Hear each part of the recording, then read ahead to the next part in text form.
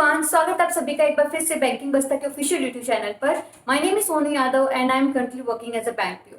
सो students, आप सबका IBPS PO examination जो है वो शुरू हो चुके हैं। ऑलरेडी आपकी 4 शिफ्ट में एग्जामिनेशन हो चुका है।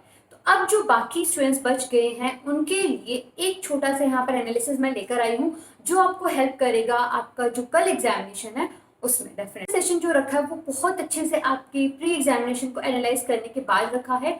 आपने अगर देखा होगा तो एवरेज हमारा जो अटेम्प्ट चल रहा है अभी आईबीपीएस पीओ प्री एग्जामिनेशन में, दैट इज अराउंड 60 to 70। ठीक है, 60 से लेकर 70 तक का आपका एवरेज अटेम्प्ट है। तो आपको इस टाइम पर क्या टारगेट लेकर चलना चाहिए कि आप इतना अटेम्प्ट करके आए, then you will be on the safe side. So वो क्या है आपका गुड अटेम्प्ट, इसके बारे में यहाँ पर बात करेंगे और साथ में बात करेंगे कि आपका जो कट ऑफ है वो कितना हो सकता है। सो देखिए, अगर आपने अपने फ्रेंड से पूछा होगा, लोगों से कांटेक्ट किया होगा, अगर आपने यूट्यूब पर एनालिसिस देखे होंगे तो आपको पता लगा होगा कि 67 से 75 के बीच में सबका अटेम्प्ट। क्या ये 65 से 75 तक जो अटेम्प्ट करके आ रहे हैं सबका सिलेक्शन होने वाला है? बिल्कुल नहीं होने वाला है। तो सिलेक्शन देखो, it's not just about your attempts कि आप कितना एग्जामिनेशन में अटेम्प्ट करके आते हैं। एक स्टूडेंट जो है वो कम अटेम्प्ट कर रहा है, लेकिन अगर वो एक्यूरेसी के साथ में क्वेश्चंस को करके आता है तो उसके चांसेस जो सिलेक्शन के हैं वो बढ़ जाते हैं। इसलिए आपको क्या फोकस करना है, it's not just about your attempts भी आपके अच्छे होने चाहिए, लेकिन आप साथ में कोशिश करें कि आप तुक्केबाजी ना करें। ऐसे क्वेश्चंस जिनका आंसर आपको डेफिनेटली पता हो, आपने सोल्व करके देखा, आप बिल्कुल श्योर हैं कि इसका आंसर यही होना चाहिए, आपके पास एक पर्टिकुलर रीजन है उस आंसर के लिए, तो डेफिनेटली आप उसको मार्क करिए। वरना आप उसको उस टाइम के लिए स्किप कर दीजिए, क्योंकि आपको पता है बैंकिंग एग्जामिनेशन में आपका नेगेटिव मार्किंग भी देखा जाएगा। अगेन जब नॉर्मलाइजेशन होगा तो जिन लोगों की एक्यूरेसी अच्छी है उनको 1 या 2 मार्क्स भरकर मिलने वाले हैं। तो बिल्कुल यहाँ पर आपकी एक्यूरेसी जो है वो काफी मैटर करेगी। आप देखो आपके अटेम्प्ट कितना होना चाहिए। अगर मैं यहाँ पर बात करूँ कट ऑफ का, तो कट ऑफ आपका अराउंड 50 से 60 के बीच में जाना चाहिए, ये आपका एक्सपेक्टेड कट ऑफ है। तो अगर आपका अटेम्प्ट ही 60 होगा तो आपके लिए एक रिस्क फैक्टर साथ में होगा यहाँ पर। इसलिए हम क्या करेंगे, कोशिश कि हम एक सेफ साइड पर रहे, तो एटलीस्ट आप 65 प्लस जो है वो अटेम्प्ट करने की कोशिश करें, and that is actually possible. मैं ऐसे ही नहीं बोल रही हूँ कि 65 प्लस आपको अटेम्प्ट करना है, कैसे हो पाएगा। जैसे मैंने एग्जामिनेशन का पैटर्न देखा है, जैसा लेवल एग्जामिनेशन का है, बहुत इजी लेवल का आपका पेपर आ रहा है, बस थोड़ा सा ट्रिकी है, आपको थोड़ा सा इन्फॉर्मेशन को केयरफुली पढ़ना है। अगर आप इन्फॉर्मेशन को ठीक से पढ़ते हैं, अगर आप थोड़ा सा काम रहेगा पेपर को अटेम्प्ट करते हैं, तो आप इजीली 65 प्लस अटेम्प्ट कर सकते हो। ओके स्टूडेंट्स, सो ऐसे एनालिसिस ले लेते हैं पूरे सेक्शंस का, like English, reasoning and quant section की कैसा हमारा एग्जामिनेशन आया था, और अब आप आगे आपको उसके लिए उन सेक्शंस के लिए कैसे रेडी रहना है। तो फर्स्ट सेक्शन की जो हम यहाँ पर बात करेंगे वो हमारा रहेगा इंग्लिश सेक्शन। देखो, इंग्लिश में आपने अगर पेपर देखा होगा तो इतना कुछ बहुत बड़ा चेंज उन्होंने नहीं किया है कि आप देखोगे कि सारा ही आपका पैटर्न जो है वो चेंज कर दिया हो।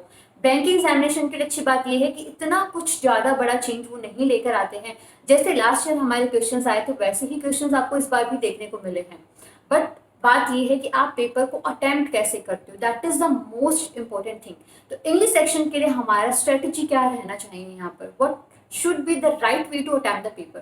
देखो, इंग्लिश सेक्शन ऐसा सेक्शन है जिसमें आप कम टाइम में ज्यादा क्वेश्चंस अटेम्प्ट कर सकते हो, but that to be with your accuracy. Okay, कुछ कुछ आपके न्यू पैटर्न के क्वेश्चन से, जैसे आपका वर्ड स्वैपिंग हो गया, लास्ट ईयर भी पूछे गए थे ऐसे वर्ड रीअरेंजमेंट के क्वेश्चंस, इस बार भी पूछे गए हैं।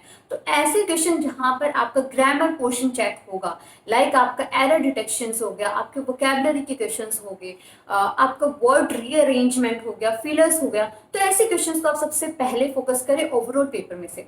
जनरली आप जब पेपर ओपन करते हो इंग्लिश सेक्शन में आपको सबसे ऊपर रीडिंग कॉम्प्रिहेंशन मिलता है।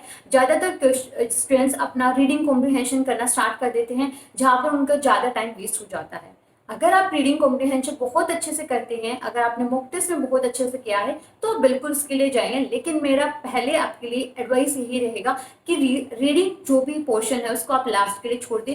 पहले मिसलेनियस क्वेश्चंस अटेम्प्ट करिए, जिसमें आप कम टाइम में ज्यादा क्वेश्चन अटेम्प्ट कर पाओगे और ज्यादा मार्क्स वहां पर गेन कर पाओगे।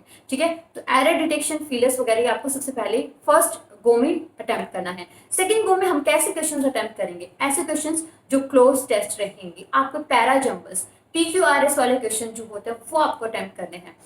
देखिए, सबसे इम्पोर्टेंट चीज़ इंग्लिश सेक्शन में ये रहेगी कि आप क्वेश्चन का इन्फॉर्मेशन पहले ध्यान से पढ़ो। अगर इन्फॉर्मेशन नहीं पढ़ोगे तो आप क्वेश्चंस में क्या पूछा गया है वो आपको नहीं पता लगेगा, तो मे बी आप गलत आंसर करके आओगे। ऐसा काफ़ी सारे स्टूडेंट्स के साथ में हो चुका है प्रीवियस ईयर्स में। इसलिए कोशिश करें पहले अपनी इन्फॉर्मेशन को ढंग से पढ़ें, ठीक है। उसके बाद में आपको देखो, ऑप्शंस जो आपके सामने आ रहे हैं, आपको उन ऑप्शंस को यूज करना है एज अ टूल। ऑप्शंस को यूज करके, जैसे आपके पैरा जंबल क्वेश्चंस हैं, उनमें तो आप डेफिनेटली ऑप्शंस को ही यूज करें, क्योंकि वहां से आप बहुत अच्छा मार्क्स जो है वो गेन कर सकते हैं। तो पैरा जंबल्स में हमें ऑप्शंस को यूज करके फिर क्वेश्चंस को अटेम्प्ट करना है। फिर आप क्लोज टेस्ट अटेम्प्ट कर सकते हो। लास्ट में आपको जो पोर्शन देना है वो है आपका रीडिंग कम्प्रीहेंशन। देखो, अराउंड मैं बोलूंगी 8 to 10 मिनट्स जो है वो आप रीडिंग कम्प्रीहेंशन के लिए अपने लिए रखें, ताकि आप उसको ढंग से पढ़ पाए। एक बार क्या करें, सबसे अच्छा ट्रिक ये होता है कि एक बार आप गो थ्रू हो जाएं जो भी आपके क्वेश्चंस पूछे गए हैं। 4 से 5 क्वेश्चंस कुछ होंगे, आप एक बार देख लीजिए कि किस टॉपिक से क्वेश्चंस, कैसे क्वेश्चंस वो पूछना चाह रहा है एग्जामिनर। उसके बाद में आप क्या करेंगे, रीडिंग कॉम्प्रिहेंशन को एक बार बस आंख के सामने से निकालना है। ऐसा नहीं है कि एक लाइन को आप 2-3 बार पढ़ रहे हो, जैसे अपने आंखों के सामने से निकालो उन क्वेश्चंस का, विद ऑप्शंस पढ़ के अपने आराम से आप आंसर कर पाओगे, ठीक है। इंग्लिश सेक्शन में आप एक्यूरेसी मेंटेन करने की कोशिश करें। आप में से काफी स्टूडेंट्स ऐसे होंगे जो मानते हैं कि उनका इंग्लिश सेक्शन वीक है। एक दिन के लिए भूल जाओ कि आपको इंग्लिश में मार्क्स नहीं आते हैं, आपका इंग्लिश सेक्शन जो है वो वीक है।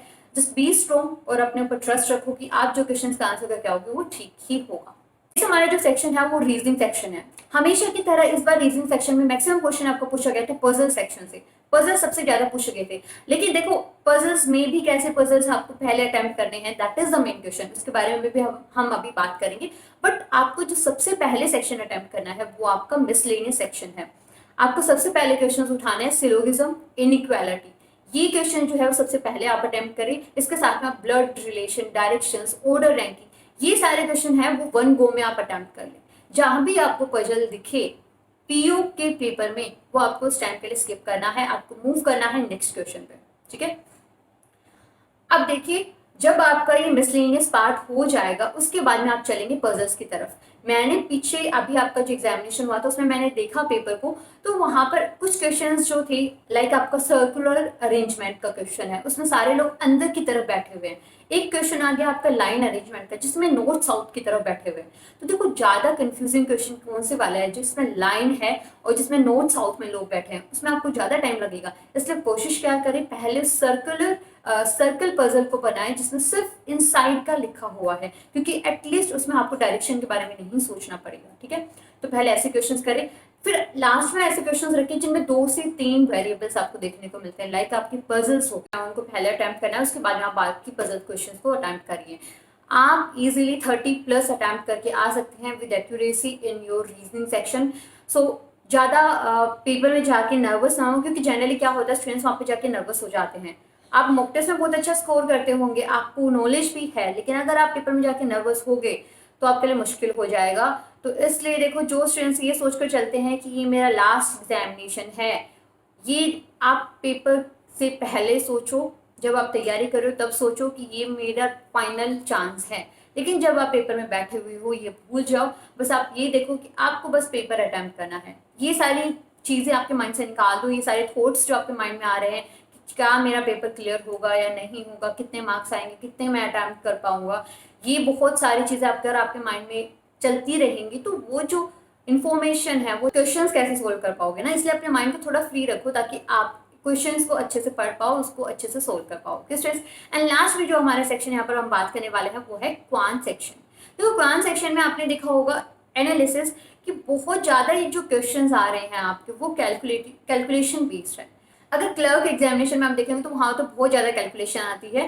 तो आपका पीओ एग्जामिनेशन जो है उसमें ज़्यादातर क्वेश्चन आपने देखा होगा, स्टूडेंट से सुना होगा कि कैलकुलेशन बेस्ड है, यानी अप्रोक्सीमेशन के questions, number series, quadratic equations, ऐसे सारे क्वेश्चन जो आपको फर्स्ट गो में अटेम्प्ट करने हैं, जिनमें सिर्फ आपको अपना ज़्यादा टाइम नहीं इन्वेस्ट करना पड़ेगा, आपको जस्ट कैलकुलेशन करना है। सबसे ईजी क्या है मैथ्स में करना, कैलकुलेशन करना है। जहां पर आपको फॉर्मूलाज लगाने की बात आ जाएगी वहां पर टाइम टेकिंग हो जाएगा। इसलिए कोशिश करो पहले ऐसे क्वेश्चंस को अटेम्प्ट करो। फिर हम किस पे जाएंगे, हम जाएंगे डीआई पे। कुछ स्टूडेंट्स क्या करते हैं, पहले अरिथमेटिक को उठा लेते हैं, नहीं, अरिथमेटिक को हम लास्ट में उठाएंगे। सबसे पहले हम डीआई अटेम्प्ट करेंगे। DI में देखो आपने केस लेट वगैरह अगर नहीं की हुई है और उसका अगर कोई भी आपको क्वेश्चन देखने को मिल जाता है तो ऐसा मत सोचना कि आज तक मैंने नहीं किया तो मुझे करनी पड़ेगी। वो DIs करो, जैसे टेबल हो गया आपका, तो एस टेबल हो गया, बायोग्राफ हो गया, ऐसी DIs करो जो आपने पहले की हुई हैं, जो आप इजीली बना लेते हो, ठीक है। एंड लास्ट रो में आपको जाना है मिसलेनियस क्वेश्चंस पे। मिसलेनियस करना भी जरूरी है, ऐसा नहीं हो सकता कि आप मिसलेनियस स्किप करके आओ। इनफ टाइम आपके पास में होता है, देखो 60 मिनट्स आपको लगेगा कि बहुत कम टाइम है इतने सारे क्वेश्चंस अटेम्प्ट करने के लिए, बट अच्छा टाइम ये है, बट काफ़ी टाइम है आपके पास। 60 मिनट्स बहुत होते हैं एक पेपर को अटैम्प्ट करने के लिए, अगर आपने प्रैक्टिस अच्छे से की है, अगर आपने मॉक टेस्ट के थ्रू प्रैक्टिस किया है तो आपका स्पीड भी अभी तक इंक्रीज हो चुका होगा। ऐसा मत करना, कई स्टूडेंट्स क्या करते हैं, काफ़ी बार ऐसा होता है कि आपने कैलकुलेशन कर लिया, उसका आपका आंसर भी आ गया है, वो ऑप्शन में भी है, लेकिन आप रीचेक करने लग जाते हो। थोड़ा कॉन्फिडेंट रहो, उसको बार बार चेक ना करो, क्योंकि इससे आपका जो टाइम है वो वेस्ट होगा। सो ये गलती काफ़ी बार हो जाती है। इसके साथ में आप क्या करते हो, एक क्वेश्चन अगर आपसे नहीं बन रहा है तो उसी क्वेश्चन पर अटके रह जाते हो। ऐसा मत करना। अगर एक बार में आपसे कोई पजल या एक बार में कोई क्वेश्चन नहीं बनता है तो उसको उस टाइम के लिए स्किप करो, नेक्स्ट क्वेश्चन पर मूव करो, क्योंकि आपके पास टाइम नहीं है वेस्ट करने के लिए। यही चीज़ जो है वो आपको स्टूडेंट्स, बाकी स्टूडेंट्स से अलग कर देगी वहाँ पर, कि आप कैसे अपना टाइम बचा पाते हो। ओके स्टूडेंट्स, सो ये था आपका छोटा सा एनालिसिस, ये था थोड़ी सी आपके लिए हेल्प है ये थोड़ी सी, ताकि आप एग्जामिनेशन में कोई भी गलती ना करो। जनरली यही सारी गलतियां होती हैं जो स्टूडेंट्स करते हैं, मैंने भी की थी कुछ गलतियां, तो मैं अपनी उन गलतियों से सीख कर आपको ये एनालिसिस जो है यहाँ पर बता रही हूँ। ये कुछ टिप्स हैं जो आपको हेल्प करेंगे एग्जामिनेशन में। So I wish you all the best. आपने बहुत अच्छे से मेहनत की है, आप अभी तक तैयारी कर रहे थे, आप अपने अपना टारगेट रखा है, डू और डाई सिचुएशन है ये आपके लिए, तो आपको अपना बेस्ट यहाँ पर देकर आना है। My best wishes are with you, मेरी सारी बेस्ट विशेज आपके साथ में रहेंगी। इस वीडियो के कमेंट सेक्शन में आकर जरूर बताएं कि आपका कितना अटेम्प्ट रहा है विद योर शिफ्ट। अपना शिफ्ट नंबर लिखिए और अपना अटेम्प्ट वहाँ पर जरूर लिखिए। And I wish you all the best. And paper के लिए जा रहे हो ना, तो बस अपने माइंड को बिल्कुल फ्री रखो। Don't compare your self with anyone. आपको किसी से भी कंपेयर नहीं करना कि उसने इतना अटेम्प्ट किया है तो मुझे भी इतना अटेम्प्ट करना पड़ेगा। There is no such restrictions on you. तो आप बिल्कुल फ्री हैं, आप जो चाहें वो अटैम्प्ट कर सकती हैं, अपना बेस्ट दीजिए। Just believe in your self that you can do it. सबसे बड़ी चीज़ देखो, आप कितना भी मेहनत कर लो, आप कुछ भी कर लो, लेकिन जब तक आपको खुद पे ट्रस्ट नहीं है ना, जब तक आपके माइंड में ये नहीं चल रहा है कि मैं ये कर सकता हूँ, तब तक आप नहीं कर पाओगे। इसलिए आपके माइंड में कॉन्टिन्यूसली ये चलना चाहिए कि आज पेपर आपके लिए बहुत ईजी आने वाला है और आप बहुत अच्छा उसमें अटैम्प्ट करके आएंगे विद एक्यूरेसी। ठीक है, ये चीज़ आपके माइंड में चलनी चाहिए। जब पेपर दें अपने पेरेंट्स को याद करें कि आप ये क्यों कर रहे हैं, आपको क्यों इसमें क्लियर होना है, आपको अपने पेरेंट्स के लिए इसको करना है जो आपसे इतनी होप्स लगाए हुए बैठे हैं।